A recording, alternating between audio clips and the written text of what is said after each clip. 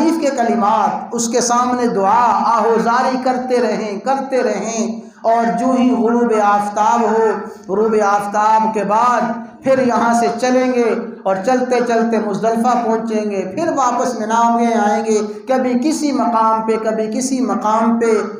ہمارے ایک بر صغیر کے بہت بڑے عالم گزرے ہیں، مولانا محمد منظور احمد نعمانی رحمہ اللہ تعالیٰ نے بڑی خوب بات لکھی۔ فرمایا کہ جب حاجی مینا کے میدان میں پہنچے، مینا کے میدان میں تھوڑا سا وقت گزارا، بس اب یہ اس کے دل میں تڑپ جذبہ پیدا ہو جائے کہ اب میرا محبوب عرفات کے میدان میں میرا انتظار کر رہا ہے۔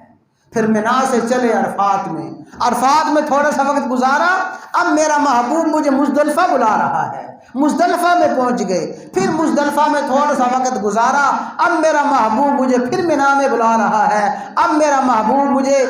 بیت اللہ میں طواف زیارہ کے لیے بلا رہا ہے۔ اب فلاں مقام پہ محبوب کی ملاقات ہے، فلاں مقام پہ محبوب کی ملاقات ہے۔ جس طرح سچا محب اور سچا دیوانہ اور سچا فرزانہ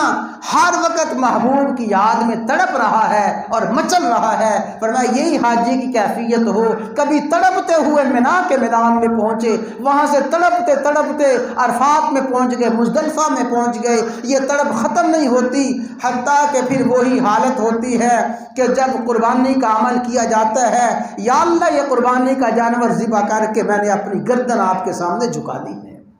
یہ کیفیت ہو تو پھر اس کیفیت میں جو لطف اور مزہ